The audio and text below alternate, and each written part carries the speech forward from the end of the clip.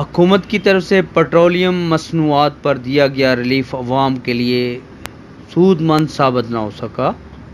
Petroleum مصنوعات کی قیمتوں میں کمی کے ساتھ ہی پیٹرول پمپ پر پیٹرول غائب ہو گیا۔ شہر کے تمام پیٹرول پمپ عوام کو پیٹرول کی مطلوبہ مقدار دینے میں ناکام۔ عوام پیٹرول کے لیے ذلیل و خوار ہونے لگے۔ تمام پیٹرول پمپ پر عوام کی لمبی لمبی لائنیں لگ گئیں۔ عوام پریشانی میں مبتلا ہونے لگے۔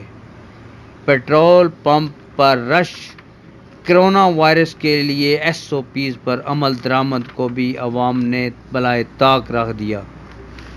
پیٹرول پمپ مالکان نے اپنا موقف دیتے ہوئے کہا کہ حکومت کی طرف سے ہمارے پیٹرول کی ڈیمانڈ پوری نہیں کی جا رہی۔ پیٹرول کی اسی ڈیمانڈ کر رہے ہیں، جتنی ساری ڈیمانڈ ہے اس حساب سے نہیں مل رہا۔ اٹک کمپنی نے پیٹرول 7000 تو 8000 لیٹر کر دیتا ہے، جیڑی کہ ساری سیل ہے 16000 لیٹر۔ مالک کہنے مطلب AC صاحب نے کہا ہے بھائی یہ مینج کرو۔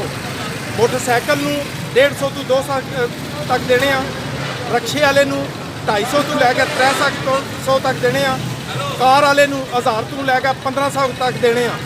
تو مطلب یہ جا کے مینج ہونا پیا، نہیں تو ویسے تو مطلب 7000 اگر لیٹر ملنا ہے، 8000 لیٹر ملنا ہے، وہ تھوڑی دیر بعد مطلب 4 گھنٹے کا ڈرائی ہو جائے گا۔